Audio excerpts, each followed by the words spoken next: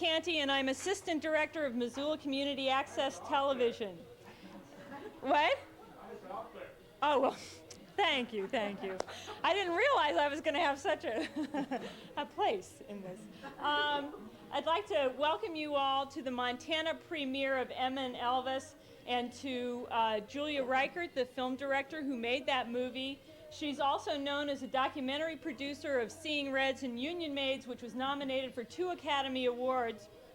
And we ran into her at a public access television conference a few years ago and realized that she made some interesting comments and statements about public access television and its role in communities and cities today via film, a feature film. And it works, and it's good. And so we asked her to come here today to talk to us a little bit about, I think at MCAT, we're really very good at getting people through the door and getting them through our initial technical training program. We're also interested, though, in the larger picture of film and television, how we can use that as those as creative media, as well as what does it mean to be a public access television station in Missoula, Montana, but also what are other access stations doing around the country? There are 2,200 centers like ours in the country. If you haven't been to MCAT yet, we invite you to come down. We'd love to see you. We also want to let you know that Emma and Elvis will be running at the 7 o'clock show for the rest of the week.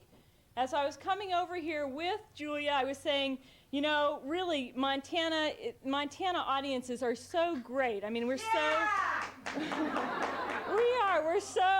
we're appreciative, and we just enjoy ourselves. So let's sit back and do that, and let's welcome Julia Reichert to Missoula, Montana.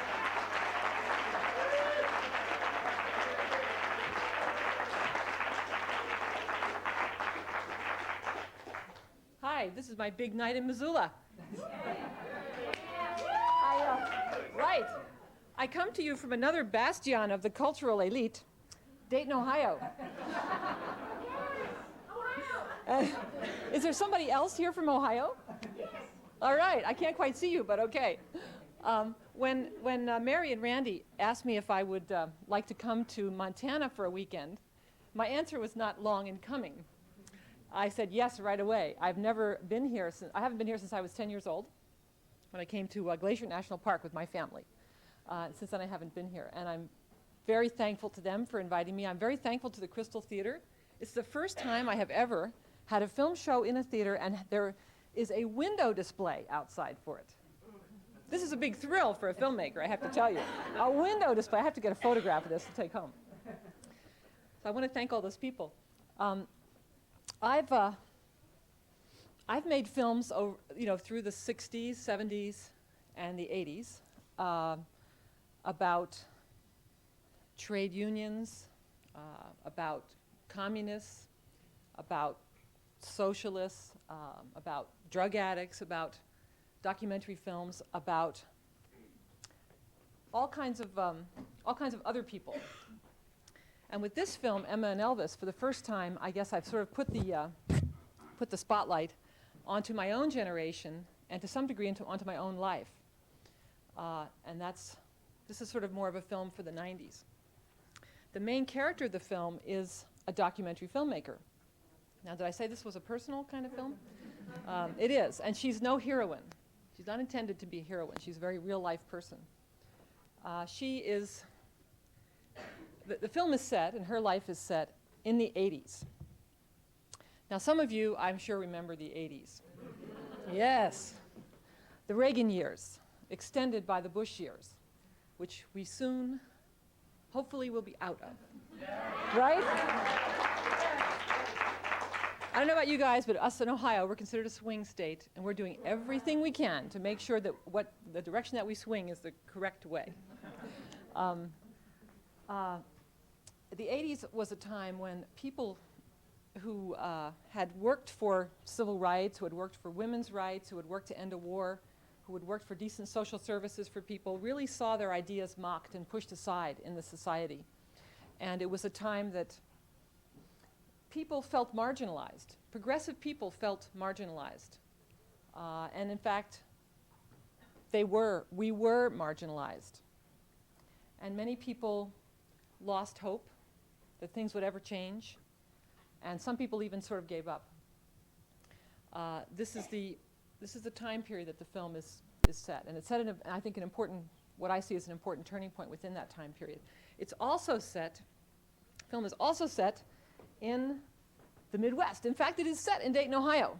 Now, here's the thing. I know, I've already, just from the day I've been here, I can tell I'm in a place where there's a certain amount of regional consciousness, right? You all are very aware that you live in a place that has a specific kind of culture, a specific kind of history, and you value that. Well, the Midwest is a place that gets kicked around a lot, let's face it. I mean, it's supposedly a place where it's totally flat, it's totally boring, there's nothing to do, and anybody who has anything on the ball leaves as soon as possible. That's the rap of the Midwest, where I come from. Some people even say that to talk about Midwestern culture is kind of an oxymoron. Now, I'm here to tell you that that's very incorrect, and the film is here to tell you that. And I just wanted to point out, since most of you are actually not from Ohio, and maybe have never even been there, that there are two big cultural streams that come together to make up what I think of as special about our area. And one is Appalachian migration from eastern Kentucky and Tennessee, and the other is African American migration up from the deep south. Two huge streams with very unique and special cultures that form a lot of what makes the Midwest a very interesting place, actually, to be. I personally love the Midwest. And we tried very hard in making the film to give you a sense of what the Midwest looks like and feels like and what its culture is like. And you'll see that especially if you pay attention, if you're music fans and pay attention to the soundtrack. We used only music from the state of Ohio. In fact, only music from really our part of the state of Ohio, just to show that there really is culture where we come from. There's one song that's an exception. It's by James Taylor. Okay, he's not from Ohio. But other than that, it's all Ohio music. I wanted to mention, let me think, one more thing, which is, if you're still here when the credits start to roll. Now, this is an independent film, and I thank you very much for coming to support an independent film. The credits are very long. I'll just warn you right now. However, the credits, to my mind, have some of the most interesting material in the film in it. I mean, it's not just credits. You will see what I'm talking about when the time comes. So I know the tendency is to bolt for your coat and head for the door when the credits come on, but please find out who actually made this film and watch what also is going to happen. The film's playing all week. I'm only here tonight, though. So after the film is over, I'll come back, and if you have questions or want to heap abuse on me or whatever, we can take that up. That's it. I hope you enjoy the movie. And again, thanks very much for coming.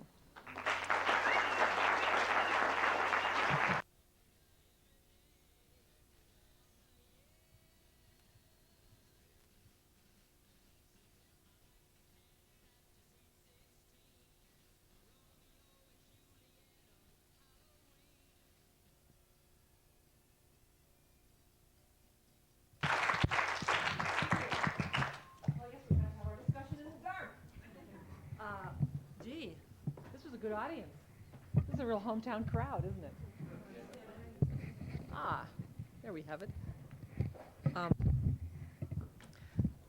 Something I would like to do, I'm very eager to hear what you have to say, is I would like to thank the Montana Arts Council for supporting this event.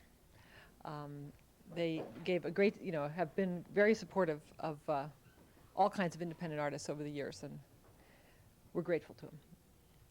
I'd also like to say that, I was thinking about this as I was standing in the back here, listening to you listen to the film. Sometimes, I don't know if you've had this happen in your life. I know I have. You get to a point where you sort of feel like you're at a dead end, or you're at the end of a road, and you don't see how to get out.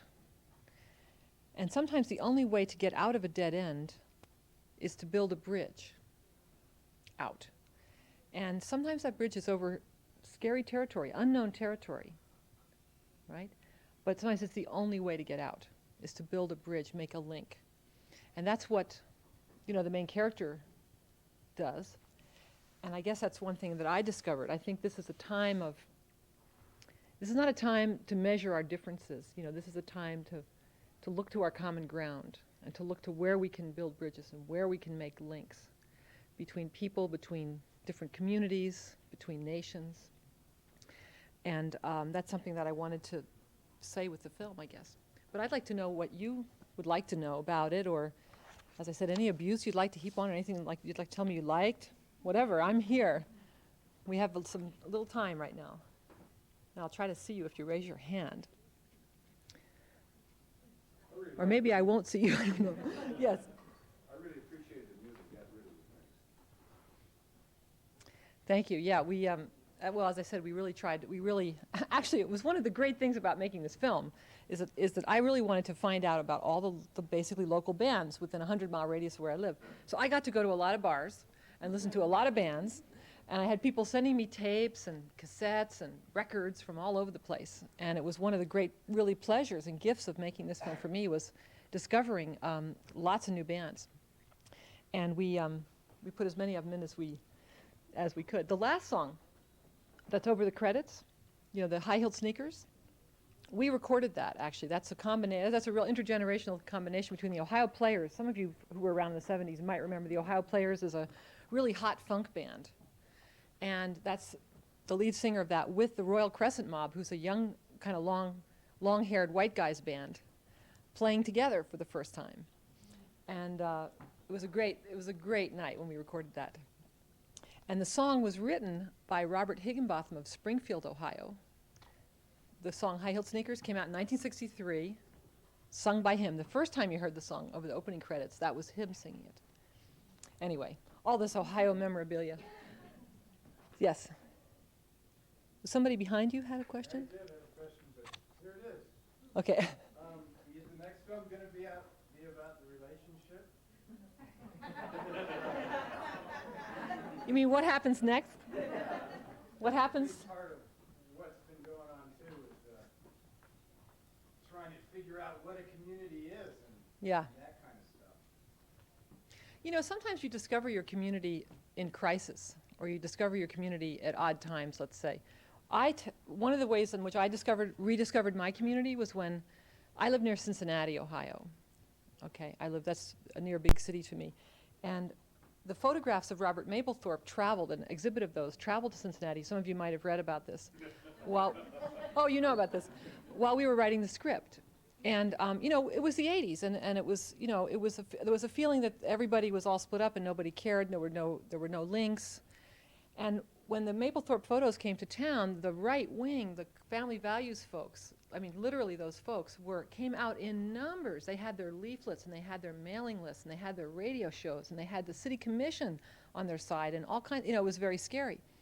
So we the community, well, I sort of in the arts community, kind of felt like, well, gee, I've got to do something. So when the call went out, where there was going to be a demonstration in Fountain Square in Cincinnati, I thought, well, I've got to go, and I went, thinking there'd be 100 people there. Well, there were over 1,000 people there. There were feminists, there were gay people, there were artists, there were young punker kids, there were university professors. I mean, there were all these people came out because they cared about the question of freedom of expression. That's what I mean. Sometimes you find your community, you know, you don't know how it's going to really come together. And that was one of the great things about that's happened. And that actually is sort of mirrored in what happens at the end of this film. All these disparate people find a reason to fight for something and find the courage to do it. But if you have something more you'd like to say about that, I mean, you're from here. It sounds like you've done some thinking about this. He laughs. I've just been in and out of several relationships. Oh, personal relationships. Oh, you're talking about that. I see. Forget the political stuff. He's talking about the nitty-gritty. Sounds like you all know this man. You all know each other. Your lives are open books around here. Well, I don't think Eddie and Alice ride off into the sunset together, if that's what you're wondering. I don't think they do. I think they're like two hitchhikers. You know, they spend some time together, and they needed each other to get to the next place. But then they kind of went their separate ways, I think. They probably remained friends and so forth. But I don't think they you know, I don't think that's why they came together, was to live together or be together forever or whatever. Anyway, that's what I think. But it's up to you guys, you know what you think. It's a nice fantasy, isn't it? Oh, I should mention, actually, I have these yellow leaflets. If any of you like the film and like have a refrigerator, we could put one of these up, or where you work, you know, you could put one up, or the local coffee shop you like to go to, or whatever. There's some in the back, okay? The way, you know, independent films, we don't have TV ads or, you know, a trailer even or anything, so this is how we get the word out for about independent films. It's sort of person to person. Yes, go ahead. Since the family is kind of a microcosm for the community, I sort of like that type of theme, and that what you just talked about, how a negative event sometimes causes the unity to finally take place on a real vital issue of like rights, human rights and stuff, which I'm sure everybody here would see as a vital issue. And that in the community, the negative blow was dealt by these people on the family committee. Mm-hmm. And then in the family situation between the husband and wife, Mm-hmm. there was also a negative aspect that finally brought about the unity. What, if any, do you have a concept of accountability for those that through which the impetus for the unity is brought about? I lost you right at the end there. I was following you great. Yeah, for instance, Start with the accountability idea. for instance, mistakes must come in order to, Yeah. in other words, everything Yeah. that we have must be tested. Right. Right? Or the I think that's wisdom true. of every law would be tested. So that, so that, for instance, we have the situation, and then the test comes from the family rights or whoever they were in the community, and then Yeah. this causes the blossoming of the community finally. Yeah. And that in her family. And there's a parallel situation in her family, yeah, Then there's also that she causes, really. Yeah. So that. Yeah. But now What's the accountability? What's her responsibility, you mean? Yeah, because it was kind of more black and white, at least from what I was seeing. Yeah. On the level of the family rights, whoever they were. That's Right, but it's different in the family. Yeah, by the way, that's, just so you know, that's based on the Family Values Association. I believe it's what it's called. No, the American Family Association, I'm sorry, that comes out of Tupelo, Mississippi. Don Wildman is the head of it, and he's been very much behind, he and Jesse Helms and a few other people, the attacks on the NEA, on PBS, on NPR, on, you know, many things. And we're going to hear more from these folks. And we just changed the name slightly, and those folks do definitely exist in Cincinnati, Ohio in great numbers. I'm not sure if I'm going to answer your question exactly, but I do think you're right in that I think that relationship, talking about the husband-wife relationship, something needed to happen to knock those people out of their rut. They were in a rut of not really communicating, of not really having any way to express what was going on with them. They were really like two tired warriors, you know, who no longer quite fight, but who snipe at each other, which I think a lot of long-term relationships kind of get into that. I know I was in one like that. And sometimes something very painful has to happen to kind of knock you out of that. And Alice is the one, I mean, as it happens, it's Alice who does it. And what she does is very hurtful. I wouldn't say, again, it's a heroic act. I think the way it all comes about is wrong in some ways. I also think it sort of had to happen. And I think ultimately it's positive what happened to those people, even though it's very hurtful to the husband and to the daughter. The fallout from it will be quite hurtful. I believe that it's what will push them forward in their lives. I mean, I don't know how you feel, but I think you practiced it with that's that. my hope, You yeah. started out by explaining that you were putting this as a normal human being and not as a heroine. Right, right. I don't know, you know, so I thought that was really good. Mm-hmm. One of the other question I had was the nostalgia box in the living room that she opens up at a certain point in the movie. Yeah, That you mentioned fallout and things like this. yeah. That here we have the concept of the future as a very bright light, you know, but and then there's this also retrogress to like nostalgia on the other hand. Do you think that has anything to do with people's concept of where they can see through this light where the future is headed? I believe we have a bright future, and that like the family getting back together in the community, that is what's going to happen. But what was your concept of that? That's a complicated question. I guess I relate to that on the basis of you ask about nostalgia. I feel like it's important to honor the past. I think it's important also not to get stuck in the past. I think it's important to take what is valued, take the nuggets of wisdom that you can take out of your past and carry them beautifully into your future. And I think that's, again, a lesson that the main character is trying to learn. I mean, the 60s are over. They're not coming back, right? That's totally clear. A shroud needs to be, in a way, put on them, but that doesn't mean that they didn't have an effect, they didn't have an impact, many good things didn't happen. It also doesn't mean we can't learn from the things that we did that were not so great during that time. And we have to realize we have to stop jamming our culture and jamming our pretentious values in some ways down the throats of the generation that's coming up. We have to have enough respect for the next generation to see them as on equal footing with ours. And I do believe that really strongly. That's another kind of bridge that I think needs to be made between the gray hairs, the graying counterculture, and the counterculture that's really coming up now. And I believe there's quite a strong anti-establishment counterculture coming up in their early 20s right now. And I don't think we need to lead them, but I think we need to join them, Yes? I'd like to hear from some of you guys. I know there's some younger folks out here. Yeah. I really like the movie for one thing. It's great. Well, thank you. I'm curious about the TV station. Public access. About the shows. Yeah. I mean, were those, Is there such a thing as public access? Do people put on these crazy shows? So I guess you have never produced for public access, have you? Yes. No. Well, I think probably some people here in the audience could answer that. Well, I guess I'm here, but I guess I'm curious about in Ohio and Yeah. are those shows pretty similar to what? Yeah, well, let me just say, well, actually, those particular shows, just so you know, we did create those shows. Those are not actual shows. However, we did several things. One thing is we put out the word all over the Midwest. I'm talking about places like Fort Wayne and Grand Rapids and smaller cities and towns that we wanted to see public access shows. And we got tons of tapes, and we had a lot of fun watching them. And we actually did sort of take some ideas in there. Those were written, shot, edited, and created by people the age of Eddie, by students of mine or former students of mine. The co-writer was only 25, the co-writer of the script. They made it. I decided I couldn't make those. I mean, it wouldn't be right. So I let them do it. And I think they're one of the funniest things in the whole film. And it's sort of only, anyway, it shows some of the aesthetic and cultural differences, and it also shows the strength of that culture, the intelligence of those kind of cultural choices. I have to tell the story, though, because we're talking about public access, and here I am in an audience of public access people. Some people wonder, how did I, a filmmaker, find out about public access?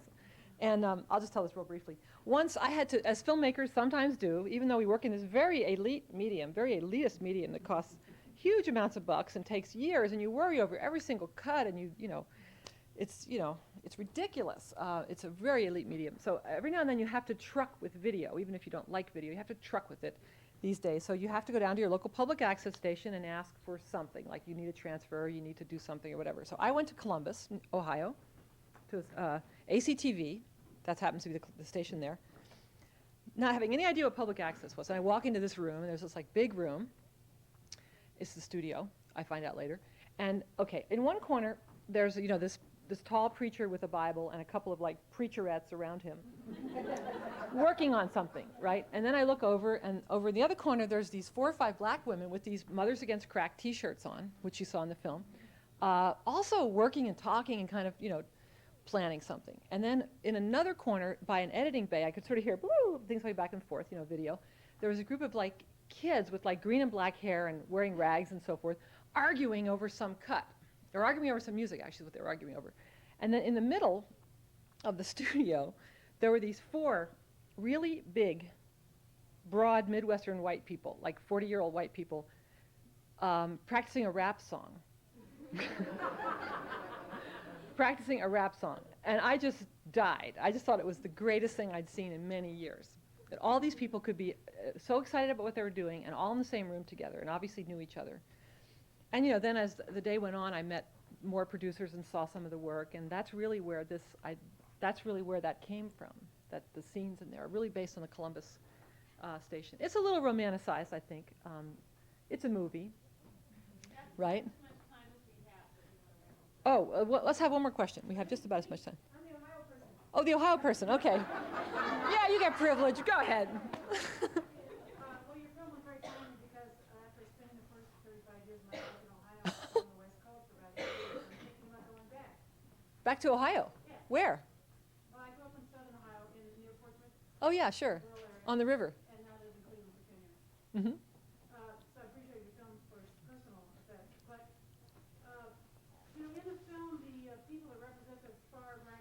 Yeah. are portrayed as, we laughed at that. Yeah. And there's a Yeah. lot of derision and put down casted their way. They're Mhm. after us, and the response as portrayed in the movie that way is that they're full of shit and they're stupid and it's like a put down. It's make fun of them. I really don't think, in fact, that's the way any of this is ever going to get resolved. Or do you see that it really is just a power struggle? Who can maintain the level? That there will never be any resolution or any understanding between these poles, and it's like who can stay on top? Like right now, they're trying to get us. But in fact, the way it would be a resolution is not the way it would be portrayed in the film. If there will be. And what do you perceive some of those ways might actually be, perhaps, in real communication? I know what you're talking about. My mom, Yeah. Yeah, so's mine. would be the first one on the cable board to shut it down. Yeah, both my parents. Yeah, just like that. This is great. You make a really good point. I mean, you make a good point about the film, because I think we did a little bit make them a little bit too cartoony. And all I can say is that it's, being a first-time director, I didn't quite fine-tune that properly. And it's a movie, and we thought we'd make it funny, as opposed to taking it real seriously and have them be exactly accurate to life. Although I will say, there's a guy on the cable board in Dayton. I can use his name here because we're not in Dayton. His name is Abner Orrick, and he's very much like these people. I mean, actually, if you met him and talked to him, if you were here tonight and you talked to him, he would be very much like these people. No, he does not. But I do think we have to give these people credit for their intelligence. They're not stupid. I mean, I utterly disagree with their whole perspective on the world, and I do believe that there's a battle going on for what America means, for what American democracy means, which I think we all must participate in. I think that battle's going on in many, many levels in the schools, along with all the way up to Washington. Is this a country that respects diversity, that respects different kinds of opinions? Or is this a country where there is one way to be and one way to think? And there's a correct, there's sort of a correct morality. And there are people who believe that there is, and fervently believe that. And there are people who, believe in a more diverse and accepting attitude. And what is really democracy? And that's a struggle going on. And I think we have to be very smart in answering that challenge. So I agree with you, and I don't think it's going to be won in little skirmishes like this, although I think these little skirmishes can happen and are kind of fun. And I don't know, I mean, I guess that would be a longer discussion for me to tell you, or for us to talk about how I think these battles can be fought. Probably your own lives, will lead you to those struggles on all kinds of levels. I mean, and for us, it's a lot of direct censorship. It's like, what was the latest book? I mean, The Catcher in the Rye, of course, is not available in school libraries at all. But there was a recent book that would just blow your mind that was under challenge. I mean, it's direct censorship stuff that we have to deal with in Ohio anyway. In the public schools a lot, in public libraries, and on TV, that kind of stuff. And I don't know what it is for you guys. I guess, just to be honest, I was trying to, most of us, we didn't fit in somewhere and we left. We're refugees. It was Of Mice and Men. That was the book. Just remembered it. I'm sorry, go ahead. Well, I guess, like myself, I'm a refugee because I was so different from that and I was not accepted. And most of us, many of us are refugees, and we end up being then dealing with the issues, but with people who are strangers to us, and that allows that type of conversation to happen. At some level, I don't think change will happen until I go back and deal with my mother and my cousins. Yeah. About who I am, people that we really have the connections with. Well, if they're your relatives, if they're not, in some ways you have to draw a line, and you have to say who's on which side of it. I guess I do still believe that. But we have to go. Remember?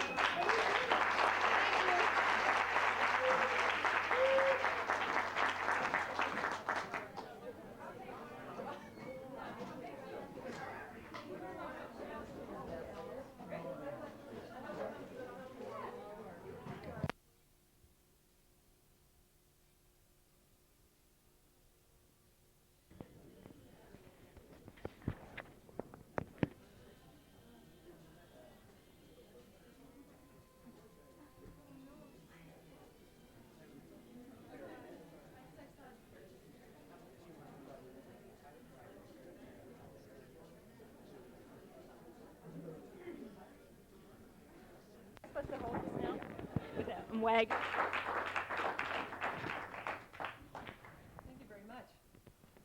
good audience for so late on a Friday night. You have our lights? Yeah. Oh, well, it may take a little while to get them. Oh, no, there they are. Well, again, I want to thank you for being such a good audience, and I'm very interested in knowing what you thought of what we did. I guess I did want to say one thing first, though, and it has to do with what, in some ways, what the film is about to me, I guess. Sometimes you get to the end of a road or a dead end of some kind in your life, and you don't quite know how to get out of it. And sometimes the only way to get out is to build a bridge. And sometimes the bridge can be over unknown territory. It can be over, it can be scary to go over that stuff. But you have to do it, and you do it, and you build from there, and that's your way to find a new place. And I think that's something that happens to the character, to the main character in our film. And I really see that today is a time of not measuring our differences so much as finding the common ground, as finding the places where we can bridge between people, between communities who might be somewhat different but have some common interests, between nations, actually. This is a time for doing that. And I think I was something very much on my mind, in making the film. But I'd like to know what's on your minds, what you might like to know or ask or say about this movie. Yes? Can you talk a little bit about the writing collaboration with 3 writers? Writing. Oh, this must be a writer. I hear this is a town of writers. Yes. Really, the script was primarily written by myself and a person who really is the age of the younger character. He was about 24 or 25 when we started writing together. And a lot of the lines that the younger characters say were all written basically by him. I mean, we always collaborated. In the end, the final word was mine. I mean, since I knew I was going to be directing the film. We worked together. I wrote the first 2 drafts. We together then wrote another 4 or 5 drafts. We always felt as though we didn't quite have, we were both novices. We'd never written a screenplay before. I mean, we'd studied it, but we'd never really, this was our first time. And we always felt, oh gosh, as people do who live in the Midwest, we're not quite good enough, right? So we eventually were persuaded to bring in a Hollywood writer, someone who was from LA, who was in the Writers Guild, and, who supposedly could really help. And actually, Martin did help in terms of structure. He completely did not understand the Midwest. He had no idea how people really talk, and he wrote a screenplay in some ways that was, not that useful, except in a structural sense, which was very useful. So then we pulled it back in our direction. Anyway, we went through probably about 15 drafts, I would say. And characters came and went, and situations came and went. The whole cable access situation was not in any way in the first probably 10 drafts. Or something like that. I mean, a bunch of drafts. Really, AIDS was always an issue. It was a much sort of bigger issue earlier, and then it became a little smaller as freedom of speech sort of came to the fore. A lot because we were affected very much by events in Cincinnati that occurred when the Robert Mapplethorpe exhibition of photographs came to our town, or came near our town. And we were very alerted to the problem of having to defend freedom of expression, so that that kind of took on a larger meaning for us. I don't know if that's what you wanted to know, but it changed hugely, during the writing. What stayed the same is the woman making a film about the 60s, being stuck in that, the relationship with the younger person that kind of propels her and propels him to taking the next step in their lives. That never changed at all. But all the stuff around it, the cable station, the husband's character changed many times. He was a jazz musician at one point. He was a city councilman at one point. Then we finally settled on a university professor, something a little more innocuous, I guess. I don't know. Anyway, he was the most underwritten character. And I think the actor is fantastic and really brings the character, with very few scenes, really brings the character, brings a lot of dimension to the character. At least that's how I feel. I don't know how you feel. What else? Oh, I should mention, since I'm carrying these awkward yellow leaflets, this is an independent film, and obviously we don't have money for television ads and big newspaper ads. We didn't even have money for a trailer. But what we do have is you guys, and we made up these handy-dandy yellow leaflets. So those of you who actually like the film and would like other people to see it could take one of these, or 2 or 3, and put it up on your fridge or where you work or in your favorite coffee shop or laundromat or whatever, and the word would get spread. So who else has a question? Sorry, I can't see you guys very well. What, Yes. what were the 5 issues under the under self-censorship in the character? I'm sorry, what's that? What? Oh, what would under self-censorship? Well, that is a whole other thing. I mean, I feel like, gosh, self-censorship affects Alice in that I think she's censoring herself in her own life. She's censoring some of her personal needs, some of her political needs, and that's partly what's keeping her back.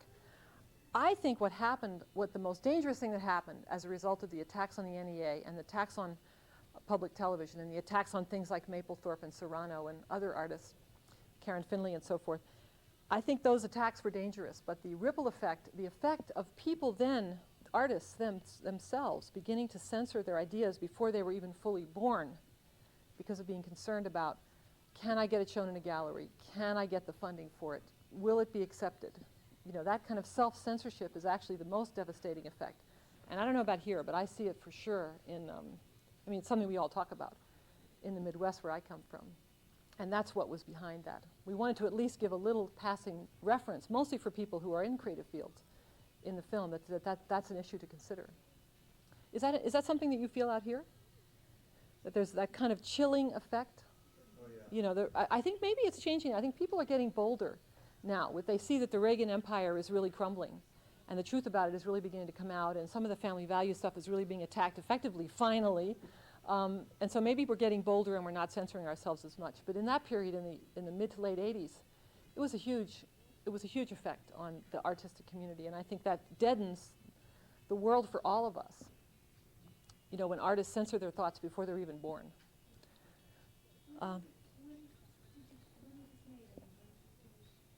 Well, it's set in '89, but it was actually, of course, filmed after that.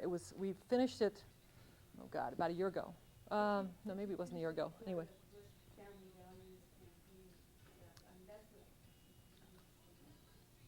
Yeah, it was before that. It was really a big national issue. It was certainly, again, an issue on the local level. And, you know, that organization, we call it Family Values Association, is modeled after Don Wildman's, he's the head of it, organization that comes out of Tupelo, Mississippi. You've probably heard about it. It's a very huge organization and has, you know, the mailing list ready and, you know, many contacts all over the country and that's partly how the attacks on the NEA and so forth were mobilized, was through that outfit. It's very real, in other words. That's, I guess, what I'm saying. Yeah. Just incidentally, there's a big congressional race here that pits those two values Oh, really? Together, and that organization from Mississippi sent 100,000 leaflets to residents of Montana, warning them against one of the Congress. Yeah, well, they're very much in touch with all. I mean, that's the thing. The right wing is real well organized, and we really have to be the same. We who fight against them. Yeah, right. I have to agree. I mean, I think it will be a big change if we can get Democrats into the White House. I mean, I think it'll make a big difference in the country. I actually feel more strongly about this election personally than I have in any election in many years. In that regard, what else would you like to say or no? I'm sorry.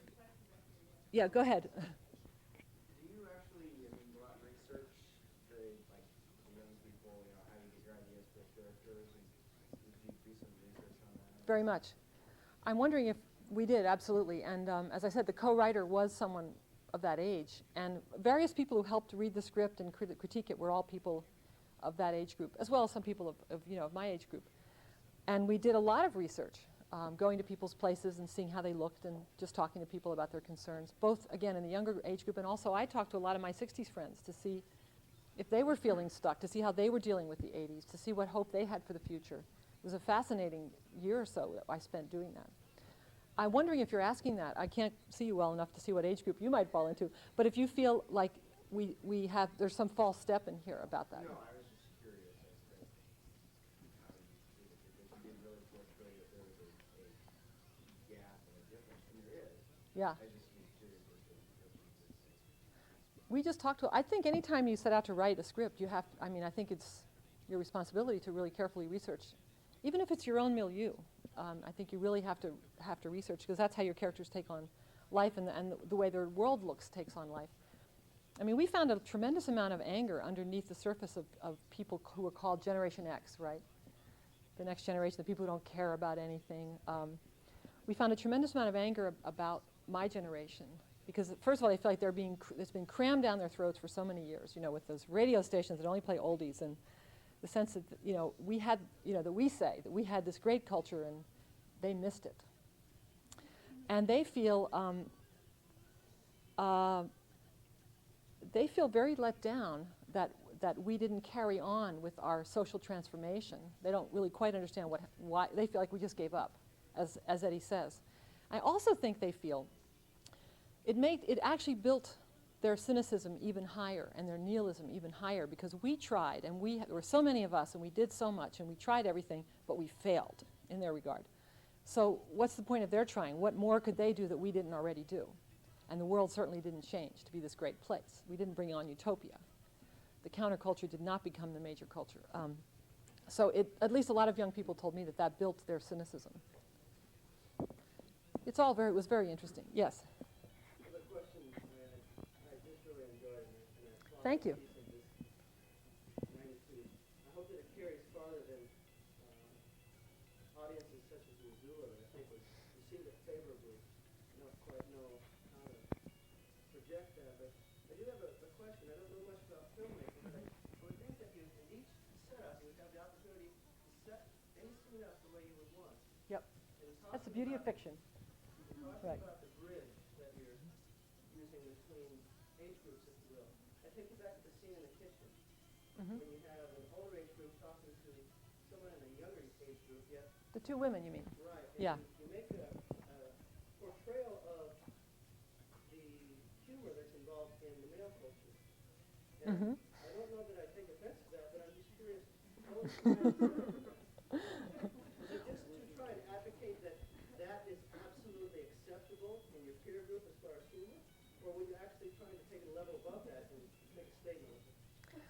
Well, I think it's a scene about female bonding. I mean, it's a scene about female bonding, which I think is, you know, is its own wonderful thing. And I think, you know, that's one thing that we women of all generations can kind of agree on, that like men can be total jerks at times, and, you know, and some of that kind of crude humor and horsing around and the way women are talked about and so forth is something that we all. It doesn't matter if you're 20 or 50, that we all kind of know that that's something that goes on, and we all have to deal with it.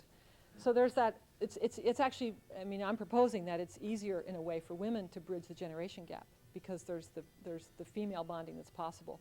And I think that line when she says she's waiting for maturity to set in, and Alice responds, you know, bring something to read, is such a great line. And I will tell you, the co-writer wrote that line, and he's a guy. So I'm not sure if I've answered your question, though. But that's what the scene is about. It's not. It's more about female bonding than it is about slamming men. You know, although I suppose that's in there. Okay. What else? Mary, help me out if there's anybody who has a question. Okay. So you finished? Did you Okay. stage the crash on the skateboard, or did the No. just happen? Oh, you know, you are the first person who has ever asked that. And I've been before many screenings, and I'm so glad you asked that. No, we didn't stage it. It happened right in front of us. And we knew that was the take we were going to use. You know, just so that you know, that, you know, talking about Midwestern culture, I mean, that whole scene in the warehouse is pretty much exactly the way it is. I mean, that the skateboard ramp they built, the kids built it themselves. Kids come from all over the Midwest. That's a famous skate ramp. Actually, it's been torn down by the city now. The city came in and like ripped out the skate ramp because the kids were in there drinking and stuff and whatever, loitering, you know, having a great time. But anyway, they built it, and they really do skate there, and those happen to be, you know, some very, very good skaters, and yeah, they crashed. And so we used it. It's really dynamic. And really, that scene has nothing to do with the plot. I just loved it, and I wanted to put it in the, you know, and that whole warehouse is filled with young people who are kind of more or less squatters, and some artists who actually have rented places there. You're not allowed to live there, but of course people do.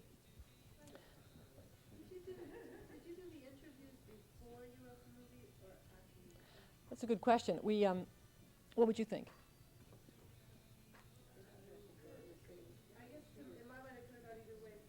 Yeah.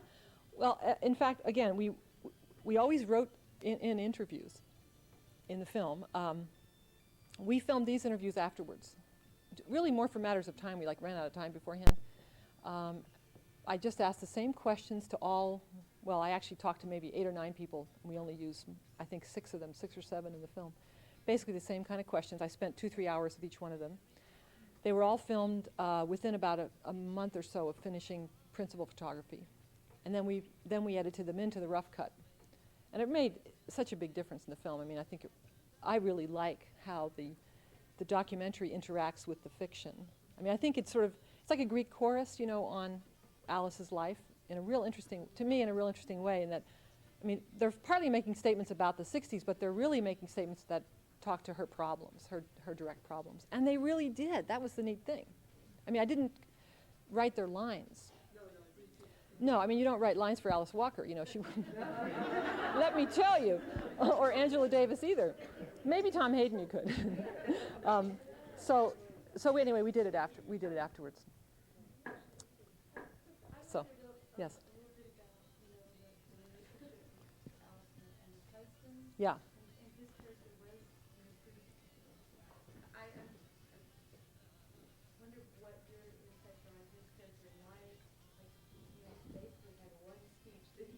At the end, yeah. Mm-hmm.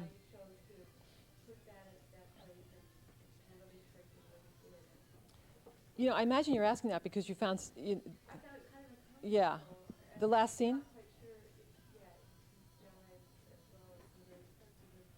Yeah. Well, you know, as I said, I think he's a somewhat underwritten character. He lost a couple scenes in the editing, which is, too bad. We kept all the scenes of Alice and Eddie. We lost some of Ben. We wrote the film too long, which happens a lot. I feel like, I mean, I like Ben as a character, and I feel in that scene when they're confronting each other, you're really more on Ben's side.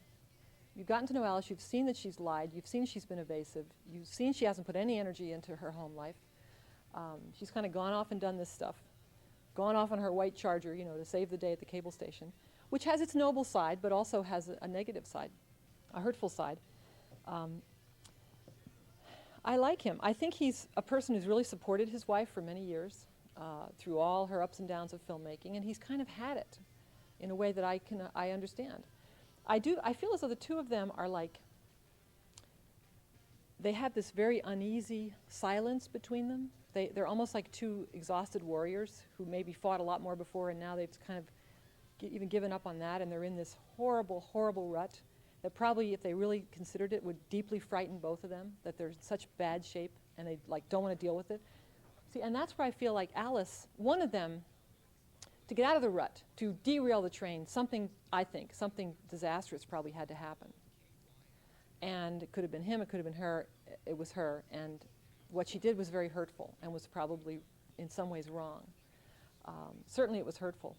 But it kind of kicked the relationship in the butt, and then once that happens, I believe they have a chance to renew, whereas before they sort of didn't. It was, they were too far separated. In an odd way brought them together. That's why I wanted to show them actually hugging and considering their heritage, their legacy, which is the metaphor of the garden, that they haven't tended their garden, and they need to do that. And they can actually, when they're hugging, I don't think it's hugging like, well, let's get back together again. I think it's just hugging in recognition of how far apart they are and how much they have to overcome, but yet how much they also need each other. Or how much, I guess all those things are in there. I don't know. I mean, okay, if the scene didn't work for you, I like the scene, and I feel as though there's enough in the film before that you understand. It's a shocking scene, okay, it's shocking. It's like surprising how powerful, how strong it is. But I think there's enough in the film before that you understand what this man has gone through, what this couple has gone through. That's the best I can do to explain it. Maybe being in a long-term relationship myself, I kind of know the dynamics that can happen with old couples. Well, why did you think that she did? Somebody else is saying no. I'm not surprised. She'd have to. I mean, at that point, when she gets out of that car and there he is, it's like she knows in her mind it's going to happen now. She's not going to lie anymore. She's gone through a big experience with the cable station and with Eddie, and she's no longer going to be dishonest. And maybe she was hoping it would take a few more days and she'd have time to catch her breath, but no, it's going to happen right now. And so when he says, what did you do? She's not going to say, oh, we had a cup of coffee. She's not going to lie. You know, she's not going to say I was with Jenny or whatever, like she did before. She's going to tell him the truth. And I actually, it's very hurtful, but I don't know how men feel, but I actually admire her for being just straight with him about that, being just brutally straight. It's risky, you know, but yes. Oh, we got one. Why don't you go ahead and then we haven't heard from too many women, so go ahead. I liked how I was good at, I could be sympathetic until she, really lied on the phone. I thought that really was and that she registered the realization that she'd been on treatment and stuff too. At one point I was looking for, and what I thought was redeeming at the end was that meeting the younger generation that she did really gave her a lot of insight into her own child, what they had to be. And that's sort of the way I felt that they realized the job they had ahead of them to prepare their own child. And yeah, I think that's true, and I think she gets a lot from Eddie, and Eddie gets a lot from her. And they It wasn't coming from your own generation. We're older. Yeah. The town says, we're the oldest ones. The oldest one's in the theater. Oh, I don't know about that. This is what we felt. We never tried to lead. We always tried to be involved with the younger people. Yeah. Because we had 4 children. And we were willing to keep that communication. Well, that's one of the bridges I think that we need to build is. But you didn't get the help from your parents.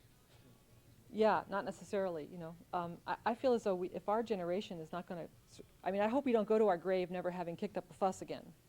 We know a lot. We know a lot. And we're not dead yet, by any means.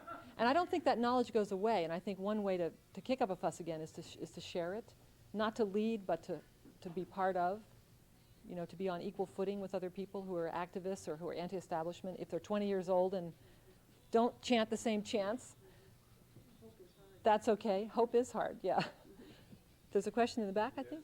Yes. Referring to the last scene again, I wonder if this is not the main problem of the generation of the 60s, that this woman always thinks that she has to change the world, but that she doesn't solve the problem, her private problems, which she could probably solve. And I think, therefore, the family value movement or something like that has its right, because people have to realize that it's not that they're in their very close environment. There are people that they can help, and that it's not always the world that they have to change. And I think that's the problem of the generation. Well, I don't agree with you about the correctness of the family values folks, because I think, that's a whole other discussion. I think they're focusing on totally the wrong issues when they focus on sort of abortion and keeping women at home, as opposed to talking about education and childcare and ending poverty. And that's family values to me. But I do, what I have observed anyway, talking to people, and in myself too, is that I think, we grew up wanting to change the world, right? We grew up focusing on the outside, and I know for me, neglected in some ways our own intimate life, our own personal life. And when the big life out there, the movement was no longer there, it left us on to each other, and it was suddenly, it was a surprise, and we didn't know quite how to deal with it. So to that extent, I think there may be some relationship between leading a political life and leading a personal life. Actually now I feel as though it's just a matter of finding a balance. It's not like it's impossible. It's just you have to work at it. You have to tend to your garden as well as be connected to the world. I think both are very important. And I also think it's real possible to do that. Any other comments or thoughts? Can I ask you a personal question? Yeah, sure. Do you have kids? I do. I have a daughter who's wonderful, who's 13. And she's an extra in one of the scenes, actually. And she's, obviously I've learned so much from her, she's great. So, well, good. We can keep talking in the back. You've been a great audience. I'll just remind you again, if you like the film, spread the word with these yellow leaflets, and see ya.